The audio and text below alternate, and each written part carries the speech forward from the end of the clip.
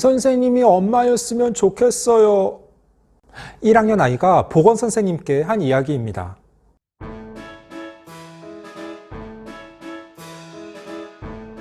안녕하세요. 반갑습니다. 초등교사 해피 이선생입니다. 오늘은 부모님들이 잘 모르는 학교의 이야기를 해보겠습니다. 학교에는 보건실이 있고 보건선생님이 계십니다. 예전 국민학교 시절에는 양호실과 양호선생님이라는 명칭이었는데 2002년 일제잔재청산과 보다 적극적인 역할의 확대로 보건실, 보건교사로 변경되었습니다. 학교에 있으면 아이들이 보건실을 아주 많이 빈번하게 갑니다. 어떤 아이는 하루에 한 번씩 가는 경우도 있습니다. 과연 아이들은 왜 이렇게 보건실에 자주 갈까요?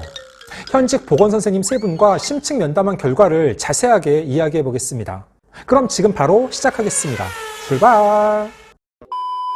우선 보건교사가 되기 위해서는 대학에서 간호학과에 진학한 후에 교직 이수를 해야 합니다. 교직 이수는 간호학과 정원의 상위 5%, 10% 등 학교마다 다소 다릅니다. 교직 이수를 하게 되면 보건교사 2급 정교사 자격증이 나오고 임용고시를 통과하면 공립학교의 보건교사로 발령받게 됩니다. 그러면 평균적으로 하루에 몇 명 정도의 아이들이 보건실에 올까요? 이건 학교 규모마다 다릅니다. 보통 하루에 전교생의 10% 정도가 온다고 보시면 됩니다. 제가 근무하는 학교는 전교생이 800명이 조금 넘는데 매일 60명에서 80명 정도가 온다고 합니다. 그런데 2020년에는 코로나 때문에 부분 등교하는 날이 많았다는 점을 감안한다면 정말 많은 아이들이 매일 보건실에 옵니다. 물론 보건실에 오는 아이들은 앞서 말한 것처럼 보건선생님의 친절도, 지역, 담임선생님의 영향에 따라 조금씩 차이는 있습니다. 그러면 보건실에 가장 자주 오는 학년은 몇 학년일까요? 한번 생각해 보세요. 해피 이사생 1학년과 6학년이라고 합니다. 1학년들의 경우 학기 초 학교에 적응해야 되는데 긴장되고 낯설기 때문에 보건실에 자주 옵니다. 아이들이 교실에서 적응의 어려움, 친구 관계의 어려움 때문에 보건실에 잠시 가서 마음의 여유를 찾는 것입니다. 6학년들은 왜 보건실에 많이 갈까요? 힌트는 6학년 여자아이들이 특히 많이 갑니다. 고학년은 신체적인 변화가 나타나고 여자아이들의 경우 생리를 시작해서 생리통이나 스트레스 등을 받게 됩니다. 담임선생님이 남자일 경우 보건선생님은 대부분 여자이니 보건실에 가는 것입니다. 보건실에 오는 아이들의 증상은 외상이 가장 많다고 합니다. 학령기 아동의 특성인 주변에 대한 호기심과 모험심이 많은 반면 신체 발달은 이를 따라가지 못하기 때문에 외상이 자주 발생합니다. 그러면 보건교사는 드레싱을 하고 밴드를 붙여줍니다. 보건실에 자주 오는 두 번째 사례는 스트레스에 의한 신체화 증상입니다. 혹시 신체화 증상이라는 말을 들어보셨나요? 신체화 증상이란 스트레스를 받게 되면 정신적인 증상이 신체로 나타나서 마비나 두통, 체함 등과 같이 몸으로 반응하는 것입니다. 정신과 몸은 연결되어 있으니까 화가 나면 두통이 오는 것과 같은 이치입니다.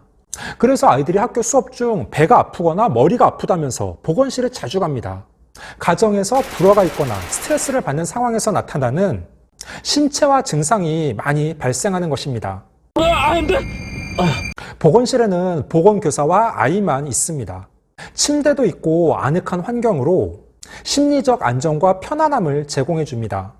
그러다 보니 학생들이 마음 놓고 자신의 감정을 표출하는 장소이기도 합니다. 보건실에 자주 오는 세 번째 증상은 아무 증상이 없는데도 오는 경우입니다. 본인의 이야기를 하고 싶어서 보건실에 옵니다.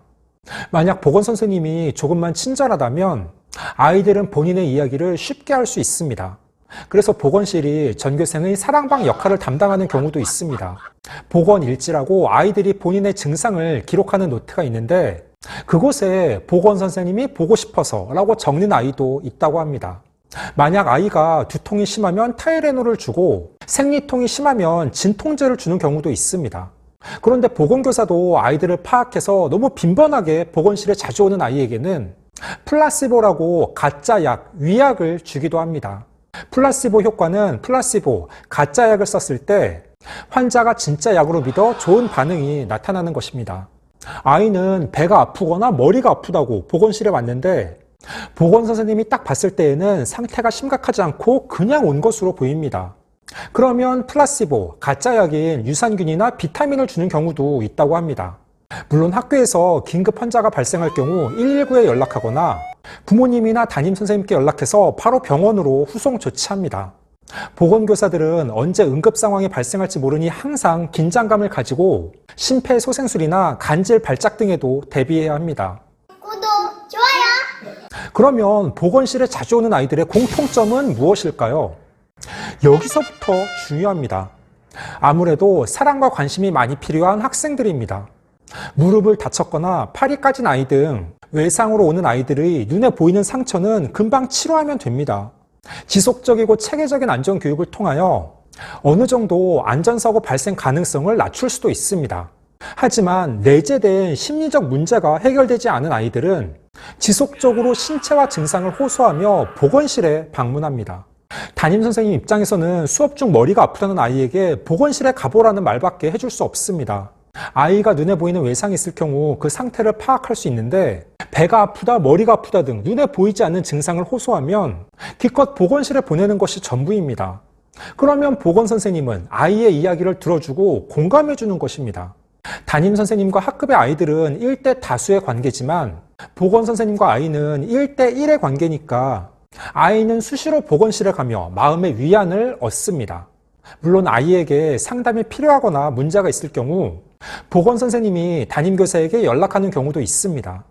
보건실에 신체와 증상을 호소하며 오는 아이들은 심리적 문제의 원인이 있는데 부모와 갈등을 겪는 아이, 친구와 다퉈서 힘든 아이, 담임선생님과의 관계에서 어려움을 겪는 아이, 학업 성취도가 낮아서 수업 시간이 재미없는 아이, 공부 스트레스를 받는 아이, 이성 문제로 고민하는 아이 등 다양한 케이스라고 합니다.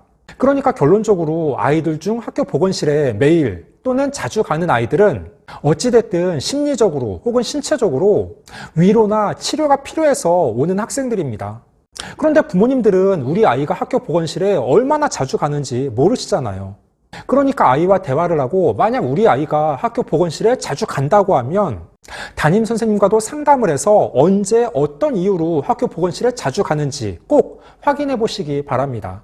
보건실에 가는 일이 빈번하게 장기간 계속되면 학교 생활에 적응하기 어려울 수도 있으니 보다 전문적인 상담이 필요합니다. 정신이 맑고 건강한 아이가 몸도 건강합니다. 가정에서 자녀와 대화를 자주 해서 충분히 사랑을 주시고 학교 생활에 대해서도 자주 이야기를 나누면 몸과 마음이 건강한 아이로 자랄 수 있습니다. 15초 요약! 오늘은 우리 아이들이 학교에서 보건실에 자주 가는 것 알고 계신가요? 라는 주제로 이야기해봤습니다. 학교 보건실에 유난히 자주 가는 아이들이 있습니다. 어떤 아이는 매일 또는 일주일에 3-4번씩 꼭 갑니다. 그런데 어떤 아이는 1년 동안 보건실에 단 한 번도 가지 않는 경우도 있습니다. 보건실에 가는 아이는 신체적으로, 정신적으로 문제가 있어서 갑니다. 부모님들께서 우리 아이는 보건실에 얼마나 자주 가는지 확인해 보시고 너무 자주 간다면 대화를 통해 원인을 파악하고 도움을 주셔야 합니다. 최대한 스트레스를 해소시켜주고 심리적인 아픔을 달래주셔야 합니다. 오늘 준비한 영상은 여기까지입니다. 앞으로도 보다 더 유익하고 재미있는 영상을 가지고 꾸준하게 계속 찾아뵙도록 하겠습니다. 이상 초등교사 해피 이선생이었습니다. 안녕.